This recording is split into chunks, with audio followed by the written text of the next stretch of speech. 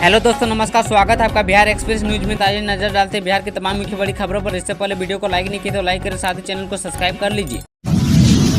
पवन सिंह पर 5 केस दर्ज, 2 करोड़ की गाड़ी से रोड शो और बुलडोजर से बरसाएगी फूल बने कांटे। भोजपुरी के पावर स्टार पवन सिंह पर फिर से चर्चा में है। जी हां, पहली बार चर्चा में तब आए जब उन्हें बीजेपी ने पश्चिम बंगाल के आसनसोल से टिकट दिया था। उन्होंने एक्स पर लिखा कि मां के कहने से वे चुनाव जरूर लड़ेंगे। चौथी बार चर्चा में तब आए जब उन्होंने काराकाट लोकसभा क्षेत्र को चुना। पवन सिंह बिहार में एनडीए के उम्मीदवार उपेंद्र कुशवाहा के विरोध में काराकाट लोकसभा क्षेत्र से चुनाव लड़ने की घोषणा कर चुके हैं। इसी क्रम में वे वहाँ प्रचार के लिए गए थे। 2 करोड़ की गाड़ी और बुलडोजर से फूल बरसाना मीडिया में चर्चा का विषय बन गया। अब पवन सिंह पर 5 थानों में आचार संहिता के उल्लंघन के 5 मामले दर्ज हो गए हैं।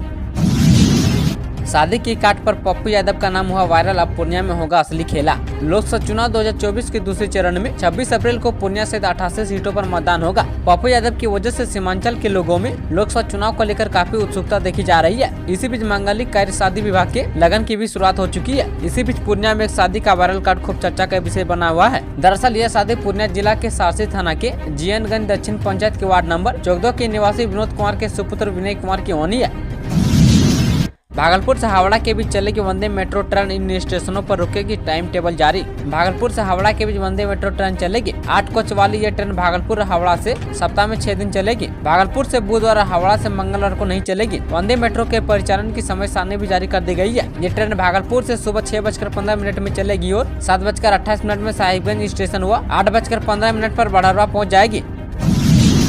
यूट्यूबर मनीष कश्यप आज बीजेपी में होंगे शामिल। चुनाव नहीं लड़ेंगे लेकिन बिहार में एनडीए के लिए करेंगे प्रचार। बिहार के famous YouTuber Manish Kashyap Bharatiya Janata party में शामिल होंगे। मनीष कश्यप आज दिल्ली स्थित पार्टी मुख्यालय पहुंचेंगे, जिसके बाद उन्हें बीजेपी की सदस्यता दिलाई जाएगी। इससे पहले उन्होंने ऐलान किया था कि वो पश्चिमी चंपारण सीट से लोकसभा सीट का चुनाव लड़ेंगे। हालांकि अब उन्होंने चुनाव नहीं लड़ने का फैसला लिया है। खुद को सन ऑफ बिहार कहने वाले मनीष कश्यप ने पश्चिम चंपारण सीट पर चुनाव प्रचार भी शुरू कर दिया था और वो निर्दलीय चुनाव में उतरना चाहते थे, लेकिन उससे पहले बड़ा कदम उठाते हुए बीजेपी में शामिल होने का फैसला किया है। इससे पहले वह साल 2020 में बिहार की चनपटिया विधानसभा सीट से भी निर्दलीय प्रत्याशी के तौर पर चुनाव लड़ चुके थे, लेकिन उसमें हार हुई थी।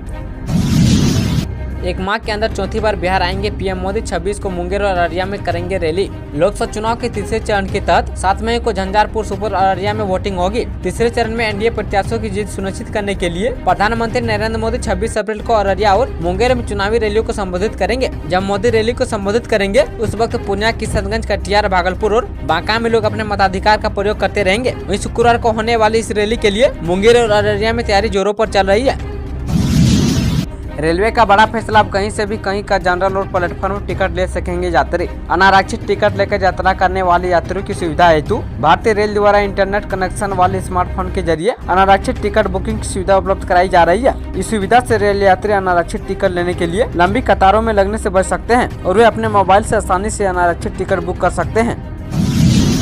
नीतीश कुमार को लेकर चुनाव के बीच तेजस्वी यादव का बड़ा दावा। भाजपा राजद से डरती है। हर 2-3 माह में हमारे यहाँ रेड डाली जाती है और सभी भाई बहनों पर केस डाल रखा है। इसके बावजूद राजद अकेले बिहार में उसके खिलाफ लड़ रही है। उक्त बातें विधानसभा में नेता प्रतिपक्ष पूर्व उप मुख्यमंत्री तेजस्वी यादव ने बुधवार को एक स्थानीय होटल में प्रेस कॉन्फ्रेंस को संबोधित करते हुए बातें कही है। उनके साथ राज्यसभा सांसद मनोज झा एवं बीजेपी सुप्रीमो मुकेश सहनी भी थे। तेजस्वी यादव ने कहा कि आज देश में संविधान एवं लोकतंत्र को बचाने की लड़ाई चल रही है। इंडिया गठबंधन संविधान बचाना चाहती है और एनडीए उसे खत्म करना चाहता है। जो संविधान को बचाएंगे वो हमारे साथ है। तेजस्वी यादव ने कहा कि इंडिया गठबंधन बनाने के लिए वे नीतीश कुमार के साथ पूरे देश में घूमे और सबसे बड़ी पार्टी होने के बावजूद नीतीश कुमार को आगे कर उन्हें मुख्यमंत्री बनाया, लेकिन आज वे फिर सांप्रदायिक तत्वों की गोद में खेलने लगे हैं। वहीं तेजस्वी यादव ने कहा कि भाजपा के बड़े नेता संविधान को खत्म करने की बात अब सार्वजनिक रूप से करने लगे हैं। अगर उनके हाथ फिर सत्ता लगी तो वे संविधान को खत्म कर देंगे।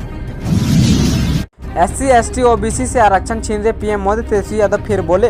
बिहार में लोकसभा चुनाव को लेकर वार पलटवार और आरोप प्रत्यारोप का दौर तेज होता जा रहा है। एनडीए और इंडिया गठबंधन के नेता एक दूसरे को राजनीतिक पटखनी देने में पूरी ऊर्जा से लगे हैं। गुरुवार को बिहार विधानसभा में नेता प्रतिपक्ष और लालू यादव के बेटे तेजस्वी यादव ने लगातार दूसरे दिन प्रधानमंत्री नरेंद्र मोदी पर पलटवार किया है। तेजस्वी यादव ने प्रधानमंत्री से सवाल किया है कि आप संविधान और लोकतंत्र को समाप्त क्यों करना चाहते हैं। गुरुवार को पटना में जारी बयान में उन्होंने प्रधानमंत्री से पूछा कि आप दलितों, पिछड़ों, वंचितों और गरीबों का आरक्षण एवं नौकरी क्यों छीनना चाहते हैं। उन्होंने यह भी सवाल किया कि वे गरीब को अधिक गरीब तथा अमीर को और अधिक अमीर क्यों बनाना चाहते हैं। वहीं बिहार से जोड़कर यह भी कहा कि बिहार ने आपको 40 में से 39 सांसद दिए हैं, लेकिन आपने 10 वर्षों में बिहार को क्या दिया है। तेजस्वी यादव ने कहा कि आप बिहार आकर काम की बात क्यों नहीं करते हैं। शादी का झांसा दे महिला सिपाही के प्रेमी जवान ने 3 साल तक किया यौन शोषण। बिहार की राजधानी पटना में महिला सिपाही को शादी का झांसा देकर यौन शोषण करने का मामला सामने आया है। आरोप पटना पुलिस के एक जवान पर लगा है। इस बात को लेकर पीड़ित महिला सिपाही ने आरोपित जवान सुजीत कुमार के खिलाफ बुद्धा कानूनी थाने में दुष्कर्म का केस दर्ज करवाया है। कहा गया है कि गया जिले के कोई थाना इलाके का रहने वाला आरोपी सिपाही ने 3 सालों तक उसके साथ सेक्स किया है। मामले में छानबीन की जा रही है और वरीय अधिकारियों ने उसे मामले में उचित कार्रवाई का आश्वासन दिया है। बीजेपी में शामिल होंगे यूट्यूबर मनीष कश्यप। मनोज तिवारी संग दिल्ली पहुंचे। बिहार के चर्चित और स्टार यूट्यूबर मनीष कश्यप जल्द ही भारतीय जनता पार्टी के सदस्य होंगे। भाजपा नेता मनोज तिवारी के साथ मनीष कश्यप दिल्ली पहुंच गए हैं। बताया जा रहा है कि आज उनकी मुलाकात दिल्ली में जेपी नड्डा या अमित शाह से कराई जाएगी। पश्चिम चंपारण सीट पर भाजपा उम्मीदवार संजय जायसवाल को निर्दलीय चुनौती दे रहे मनीष कश्यप को पार्टी में कोई जिम्मेदारी या MLC का ऑफर दिए जाने की भी चर्चा है। मनोज तिवारी से बातचीत कर यह सहमति बनी है। बिहार में बदलेगी जमीन मापी की प्रक्रिया, सीईओ की भूमिका बढ़ी। जान ली कब कैसा होगा पब्लिक का नाम। बिहार में जमीन की मापी कराने के लिए पोर्टल पर ऑनलाइन आवेदन की सुविधा कुछ महीने पहले शुरू हुई थी, लेकिन अब इसकी प्रक्रिया में बदलाव करने की तैयारी हो रही है। इसकी मुख्य वजह कर्मचारी के स्तर पर इन आवेदनों के निपटारे में लापरवाही या अन्य किसी कारणों से अधिक समय लगाना है। इसे ठीक करने के लिए यह बदलाव किया जा रहा है। विभाग के अनुसार अब नई व्यवस्था के अंतर्गत जमीन की मापी कराने के लिए आने वाले आवेदनों को कर्मचारी के पास नहीं भेजा जाएगा। सीईओ की ओर से सभी आवेदनों को सीधे अमीन के पास मापी के लिए भेज दिया जाएगा। इस प्रक्रिया में कर्मचारी की भूमिका पूरी तरह से समाप्त कर दी जाएगी। इससे आवेदनों के निष्पादन में देरी नहीं हो सकेगी। जानकारी के अनुसार राजस्व एवं भूमि सुधार विभाग फिलहाल इस प्रस्ताव को अंतिम रूप देने में लगे हुए हैं। चुनाव की प्रक्रिया समाप्त होने के बाद इस पर कोई अंतिम निर्णय लिए जाने की संभावना है। फिलहाल विभागीय स्तर पर इससे जुड़े सभी पहलुओं पर विचार विमर्श किया जा रहा है। बांका, मधेपुरा, खगड़िया, मुंगेर लोकसभा के 1700 बूथों पर मतदान का समय बदला। चुनाव आयोग ने गर्मी के प्रकोप को ध्यान में रखते हुए बिहार की 3 अलग अलग चरणों में होने वाले लोकसभा चुनाव के लिए 1700 बूथों पर मतदान के समय में परिवर्तन कर दिया है। संबंधित लोकसभा क्षेत्र के जिला निर्वाचन पदाधिकारी से जिला अधिकारी द्वारा राजनीतिक दलों और अन्य हितधारकों के साथ परामर्श के बाद यह बदलाव किया गया है। दूसरे चरण के लोकसभा क्षेत्र बांका में और तीसरे चरण के मधेपुरा एवं खगड़िया और चौथे चरण के चुनाव क्षेत्र मुंगेर के विभिन्न विधानसभा क्षेत्रों में बनाए गए बूथों पर मतदान का समय बदल दिया गया है। इस संबंध में बुधवार को भारत निर्वाचन आयोग ने अधिसूचना जारी कर दी है। चुनाव आयोग के अनुसार बांका लोकसभा क्षेत्र के कटोरिया में 172 बूथों के लिए मतदान का समय सुबह 7 बजे से शाम 6 बजे तक एवं 102 बूथों के लिए मतदान का समय सुबह 7 बजे से शाम 4 बजे तक होगा। बेलहर विधानसभा क्षेत्र में 191 बूथों पर सुबह 7 बजे से शाम 6 बजे तक एवं शेष 146 बूथों पर सुबह 7 बजे से शाम 4 बजे तक मतदान होगा।